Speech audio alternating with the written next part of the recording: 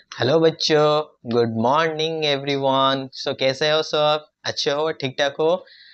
मैं चाहता हूँ कि हमेशा तुम लोग अच्छे से रहो, अच्छे से पढ़ाई करो। अगर हेल्दी नहीं रहोगे तो पढ़ाई भी अच्छे से नहीं कर पाओगे, टाइम वेस्ट होता रहेगा। ऐसे ही वैसे करके स्टैंडर्ड 8 चला जाएगा, स्टैंडर्ड 9 चला जाएगा, 10th बोर्ड आ जाएगा। 10th बोर्ड के लिए इतना प्रेशर रहेगा दिमाग में, कुछ भी पढ़ नहीं पाओगे।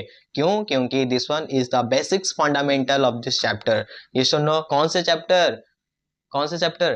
लाइट चैप्टर का बेसिक फंडामेंटल है these are. You should know. So light chapter पहले से हम already we covered in that 3 videos, you should know. And I wish to that this one is the last part of that light video. Okay, light chapter. So जल्दी ही time waste ना करके फटाफट से पढ़ लेते हैं और कुछ डिस्कशन नहीं करेंगे। किसके बारे में हम आज डिस्कशन करेंगे? रिफ्रैक्शन के बारे में डिस्कशन करेंगे। So in that previous chapter, previous videos, we will be discuss about the reflection. Okay, what kind of reflection, what is the properties of that reflection, law of the reflection. Okay, and the ray diagram, construction of that ray diagram, उसके बारे में हम पढ़ लिए थे। now we will be read about that refraction of light. Refraction किसका भाई? Refraction light का हम पढ़ रहे हैं। किसका पढ़ रहे हैं? लाइट का रिफ्रैक्शन पढ़ रहे हैं। सो उसी लाइट का रिफ्रैक्शन मतलब क्या होता है? क्या होता है? रिफ्लेक्शन मतलब क्या होता था? The bouncing off the light. ये सुनो, बाउंसिंग ऑफ लाइट का हम रिफ्लेक्शन कहते थे। बट रिफ्रैक्शन ऑलरेडी मैं एक शॉर्ट यहाँ पे मैं दे चुका हूँ, तो जाके मेरे वीडियो को देख सकते हो। उसमें क्या हुआ था, एक ग्लास लिए थे हम। ग्लास में जब पेंसिल को ऐसे रखे थे, ग्लास के ऊपर जब पेंसिल को रखे थे, तो उसमें क्या हुआ था, पेंसिल का कुछ भी नेचर में चेंजेस नहीं आया था। फिर जब हम उसके अंदर वाटर डाल दिए, क्या डाल दिए? वाटर डाल दिए। फिर हमें दिखाई दिया कि उस जो ग्लास का स्ट्रक्चर जो ऐसे रहना चाहिए, जो ऐसे रहना चाहिए बेंडिंग होके, वो थोड़ा सा बेंट होके ऐसे दिखाई दे रहा है, ऊपर उठ के थोड़ा दिखाई दे रहा है। वो क्या होता है? Refraction of the light. That means the bending nature of the light. ये सुनो, जो भी लाइट में जो भी ऑब्जेक्ट को हम डालते हैं उसका थोड़ा नेचर बेंड हो जाता है, बेंड की तरफ हो जाता है। उसी नेचर को ही हम क्या कहते हैं? रिफ्रैक्शन ऑफ लाइट कहते हैं। ठीक है, तो उसको और देखो थोड़ा सा। मैं यहाँ पे एक उसी जो हम शॉर्ट्स जो भी अपलोड किए हैं उस इस चैनल में, उसी को ही लेके मैं थोड़ा बोल दे रहा हूँ। जब हम एक पेंसिल को ऐसे रखेंगे, तो यहाँ पे मान लो इसका नीब के जैसा है।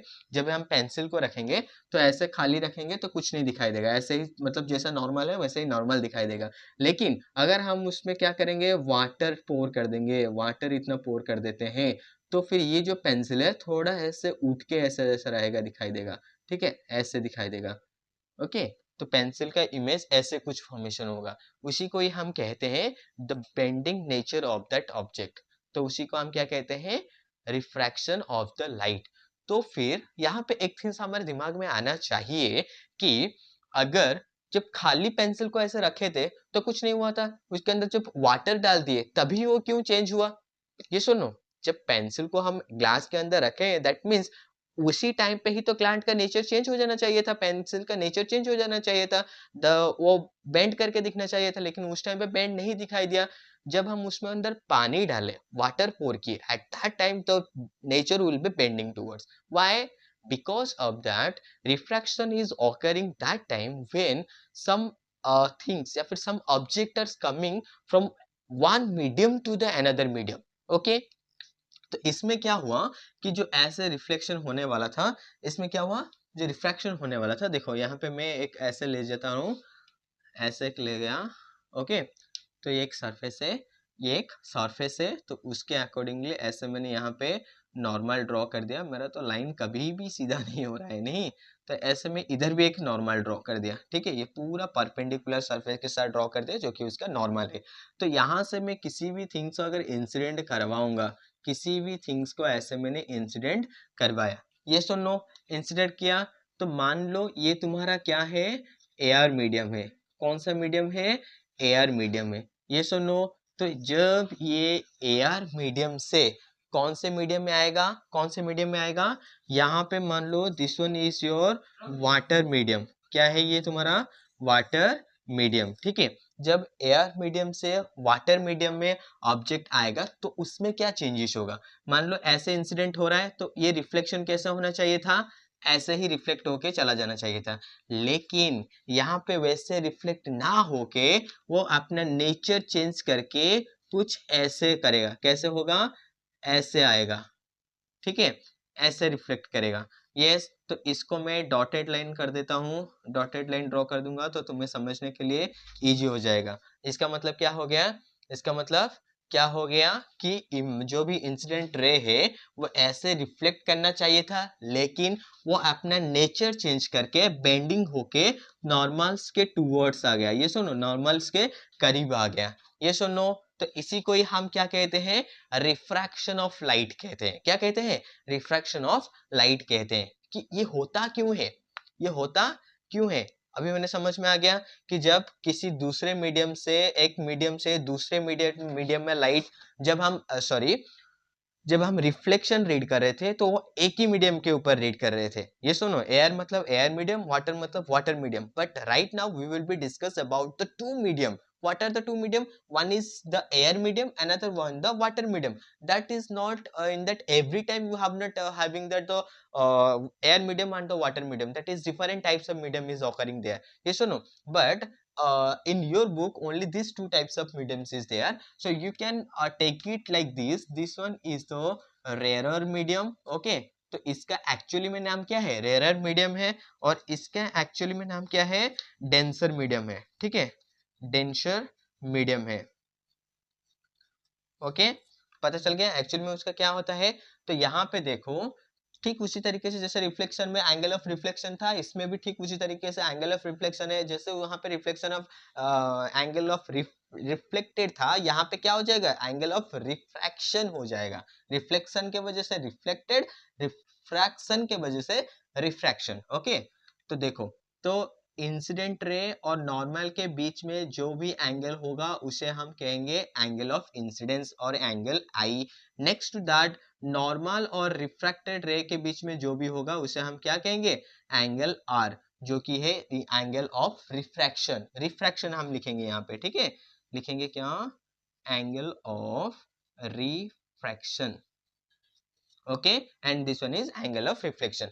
वहां पे क्या लॉ था, that is angle I is equals to angle R. कहां पे, रिफ्लेक्शन में था, लेकिन रिफ्लेक्शन में था, रिफ्रैक्शन में वैसा नहीं होता है। क्यों नहीं होता है, क्यों नहीं होता है, कौन मुझे बोल सकता है क्यों नहीं होता है? क्योंकि when an incident ray traveling to the air medium to the water medium, air medium to the water, or rarer to the denser, rarer medium to the denser, that is the reflected ray coming towards the normal, normal के करीब आएगा, normal के करीब आएगा।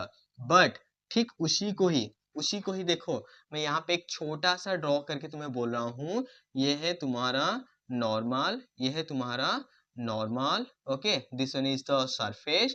यहाँ पे मैंने ले लिया, ऊपर में ले लिया वाटर और द डेंसर मीडियम, और यहाँ पे मैंने ले लिया एयर और द रेयरर मीडियम। ओके, क्या बोला था यहाँ पे, क्या बोला, when light comings towards to the rarer medium to the denser medium, then the refraction will be towards to the normal, normal के करीब आ जाएगा रिफ्लेक्शन। ये सुनो, बट वाटर में क्या होगा, जब वाटर मीडियम से मान लो ऐसे एक रे रिफ्लेक्शन हो रहा है, तो वो कैसे रिफ्लेक्टेड होना चाहिए था, ऐसे सीधा निकल जाना चाहिए था रिफ्लेक्टेड होके।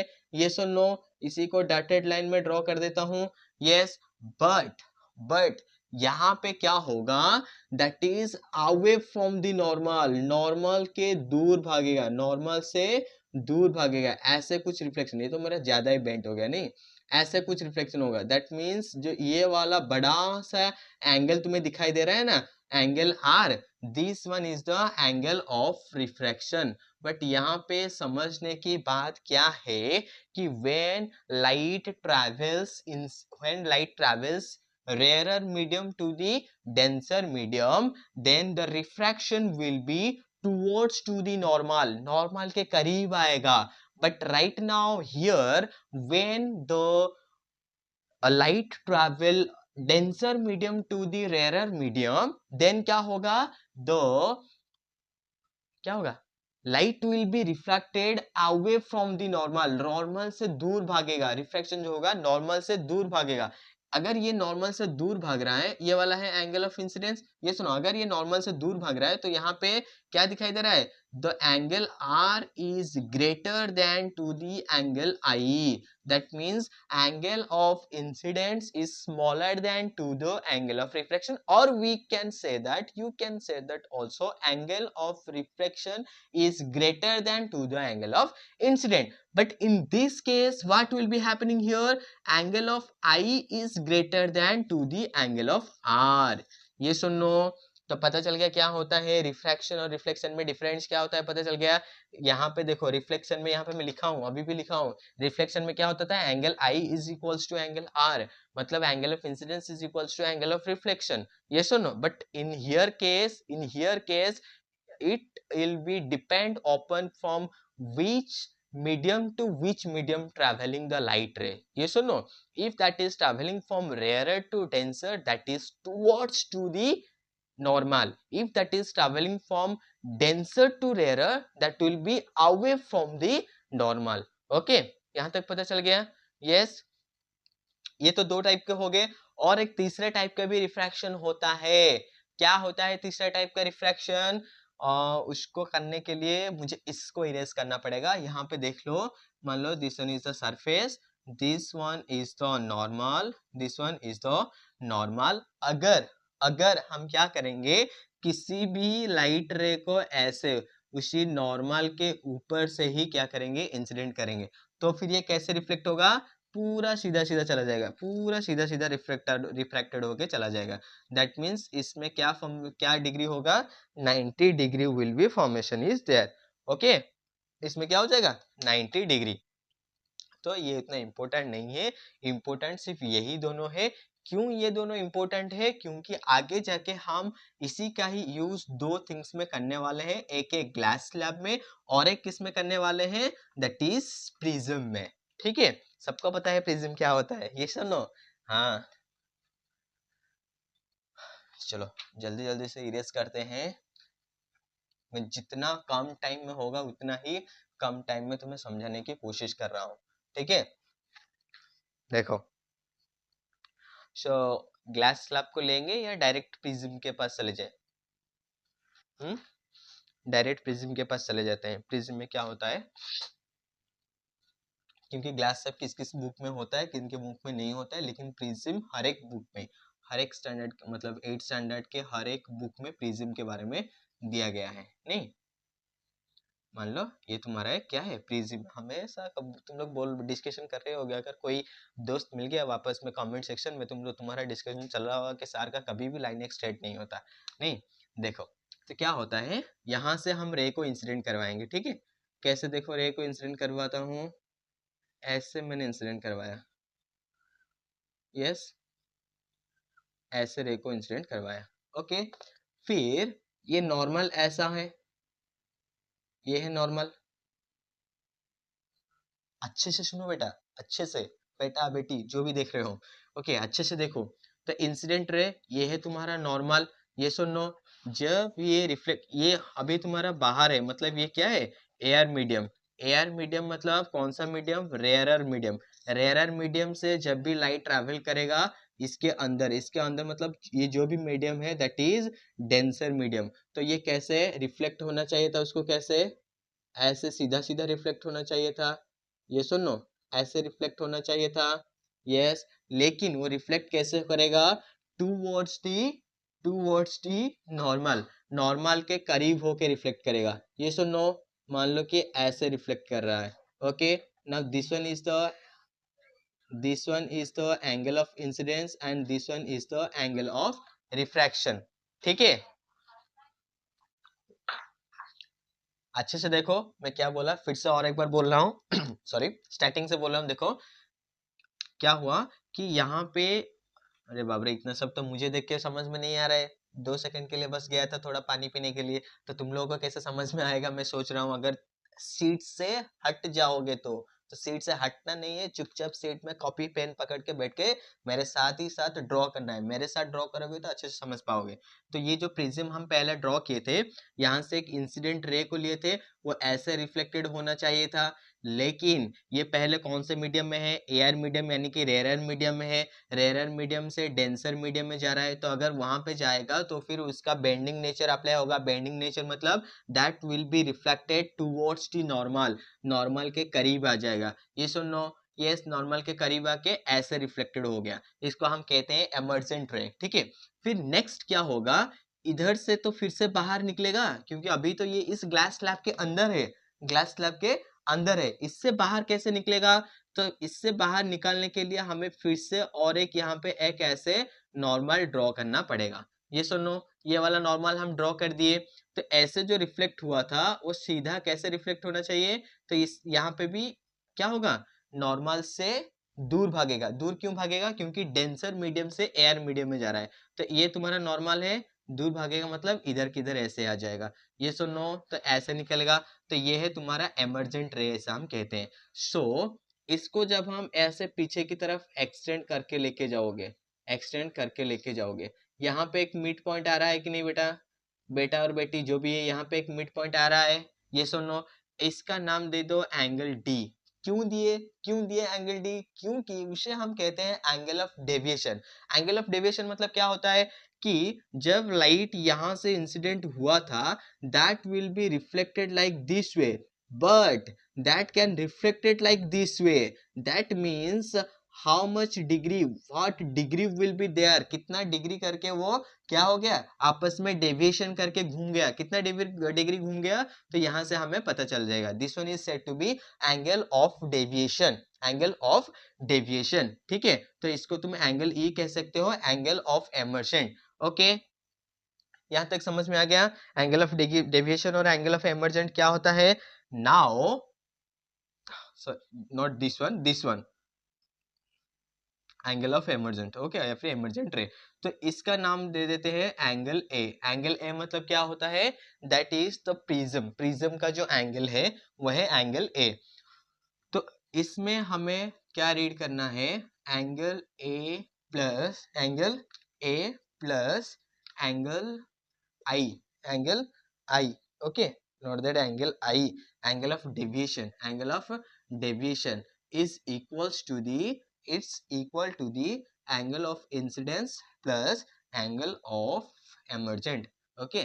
जब इन दोनों को ऐड करेंगे तो हमारा आंसर क्या हो जाएगा, सेम होगा, यानी कि एंगल ऑफ इंसिडेंट मतलब ये वाला एंगल और ये वाला एंगल, इन दो एंगल को जब ऐड करोगे, ये दोनों एंगल किसके सम से इक्वल होगा, angle of deviation and the angle of prism. समझ में आ गया, once again I told here, just listen it carefully, this angle, angle of emergent, and this angle, angle of incident, when the sum of these two angles equals to the angle of deviation and the angle of prism, sum of the angle of deviation and the sum of the angle of prism, okay।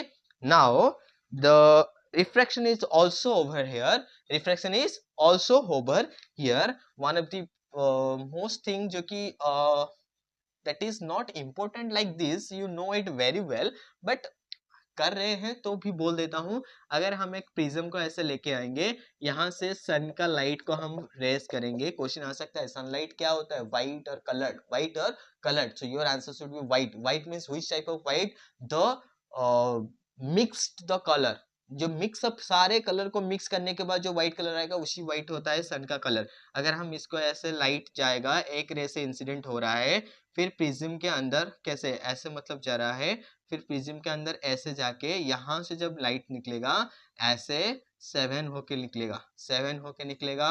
7 मतलब क्या, यहाँ पे VIBGYOR, क्या VIBGYOR, VIBGYOR मतलब पता है, violet, indigo, brown, green, yellow, orange, red, ये सुनो बचपन से पढ़ते हुए आ रहे हो। ठीक उसी के सामने एक उल्टा करके, एक उल्टा करके ऐसे प्रिज्म रख दोगे, ऐसे प्रिज्म रख दोगे, तो यहाँ से जो 7 कलर्स तुम्हारा आ रहे हैं, जब ये रिफ्लेक्टेड करेगा, एक ही फिर से व्हाइट कलर होके रिफ्लेक्शन करेगा, ठीक है, यहाँ तक पता चल गया। यस, सो नेक्स्ट अभी चलते हैं, the chapter is almost completed if we complete the eye. अगर हम आई के बारे में पढ़ लेंगे तो चैप्टर क्या हो जाएगा हमारा, कंप्लीट हो जाएगा। तो अगर मेरे और एक आई थिंक सेकेंड या थर्ड वीडियो में मैंने आई के बारे में थोड़ा सा डिस्कशन किया था, यहाँ पे और थोड़ा सा डिस्कशन कर लेता हूँ। आवर आई इज कंसिस्ट किस किस को लेके कंसिस्ट है हमारा eye? Cornea, iris, pupil, eye lens, ciliary muscles, retina, optic nerve etcetera. Okay, so one of the functions of that is cornea का फंक्शन क्या होता है? What is cornea? It is the transparent spherical membrane covering the front of the eye. ये क्या होता है? हमारे आई को एक कवरिंग करके रखता है जो कि ट्रांसपेरेंट होता है, ठीक है। Next iris. इरिस क्या होता है? It is the colour diaphragm between the cornea and lens. Cornea और लेंस के बीच में, कर्निया और लेंस के बीच में वो एक कलर वाला डायफ्राम होता है, ठीक है। नेक्स्ट प्यूपिल क्या होता है? क्या होता है pupil? It is the small hole in the iris. तो जो भी इरिस हम रीड किए उसी इरिस के अंदर एक छोटा सा होल होता है जिसके थ्रू लाइट ट्रेवल करता है, that is iris. Next eye lens. Eye lens क्या होता है? It is the transparent lens made of the jelly like material. So ये सब तुम्हें पीडीएफ नोट के वाइज मिल जाएगा। तुम्हें पता है कि पीडीएफ कहाँ पे मिलता है, डिस्क्रिप्शन लिंक पे मिल जाएगा, वहां पे जस्ट क्लिक कर देना, पीडीएफ आ जाएगा, उसको डाउनलोड कर देना, वहां से रीड कर देना। I think this one is not understood anything, यहाँ पे और समझाने के लिए कुछ नहीं है। जो भी यहाँ पे चैप्टर बचा है you should be learn it, उसे तुम्हें लर्न करना पड़ेगा, ठीक है। और जो समझाने की चैप्टर था that will be explained here. ये सुनो, the ciliary muscles hold the lens in a position, okay। retina क्या होता है? it is the back surface of the eye, it is the retina is the back surface of our eyes। then optic nerve, the nerve that carries messages from retina to the brain। optic nerve क्या होता है कि हमारे eyes को, अब हमारा eye contact हो रहा है, जब मैं तुम्हें देख रहा हूँ, कैसे देख रहा हूँ?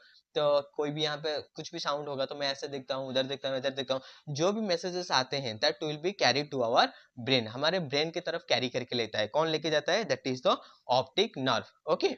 Now the next topic is here is care of the eyes। so I'm not going to tell anything about that the topic, what that is care about the eyes। why?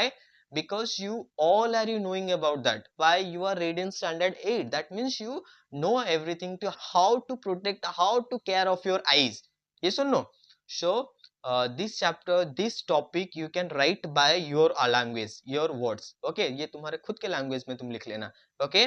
so I wish that here is completely done the chapter light, it will be take 5 videos, yes। अगर directly कोई इस part को देख रहा है तो first of all you visit the next 4 parts of that light chapter, okay. Sorry,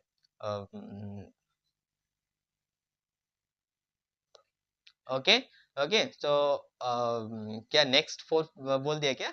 तो previous 4 chapter को तुम्हें जाके, प्रीवियस 4 वीडियोस को तुम्हें जाके देखना पड़ेगा उसी को कंप्लीट करने के लिए। तो अगर उस 4 वीडियो को देख लोगे तो तुम्हारा चैप्टर कंप्लीट हो जाएगा।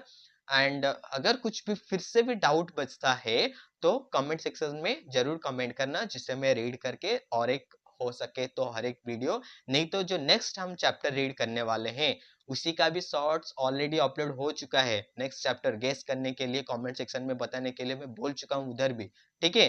तो उसी चैप्टर में मैं डिस्कस कर लूंगा, so you just comment on me, okay. अगर वीडियो अच्छा लगे तो लाइक शेयर एंड सब्सक्राइब जरूर करते हुए जाना, बेल आइकन तो ऐसे ही ऑन कर देना, क्योंकि या फिर ये दिमाग में बैठा लो कि every Monday you have a explanation video of the Sahil sir, okay. Bye bye.